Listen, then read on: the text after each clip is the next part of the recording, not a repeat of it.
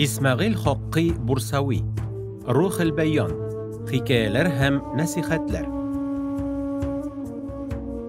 İzgi Kur'an'ın bik küp tefsirleri var, ama Ruhul Beyan kibikleri başka mügayin yoktur. Bu, köngülnün en nişke kıllarında tibrete alırlık, bik matur hikayeler hem nasihatler jayılması. Eligi eserinin uzunşeligi, Kur'an ayetlerinin mağnesin, yaki şuşa ayetlerden çıkan neticelerini anlata durgan kıssalar getirilüyor. Bunda iske alıngan vakigalar uylandıra, özümüzün gamellerini elekkegi kişilerinin yaşav revuşu bilen çağıştırırga hem gibretlenirge itere.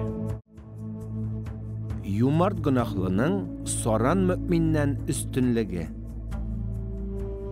Bir yolu Yahya aleyhisselam şeytanını özünün şen kıyafetinde görüp annan. Eyteli, sen kimni nıgırık yaratasın, hem kimni kuralmıysın deyip soruy.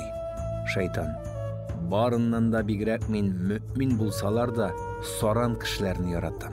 Hem günahlı bulsalar da yumart kişilerini kuralmayım deyip cevap bergen.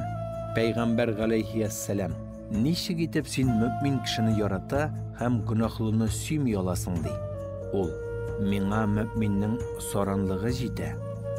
Ey yumart günahlılarını men yumartlıkları için Allah Teala'larını toru yolga çıgarıga mümkün bulganга күрә süymeyim dep aytgan.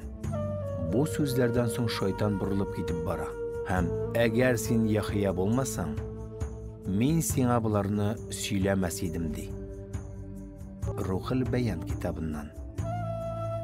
Nasihat. Peygamberimiz sallallahu aleyhi ve sellem bulay dep aytgan. Yumartlık ul cennetteki ağaç. Eğer kişi yumart iken, ul eligi ağaçның bir butağına tutungan halette bulur. Hem bu butaq ul cennetke kirgen şanı kaldırmayacak. Soranlık ul cehennemdeki ağaç.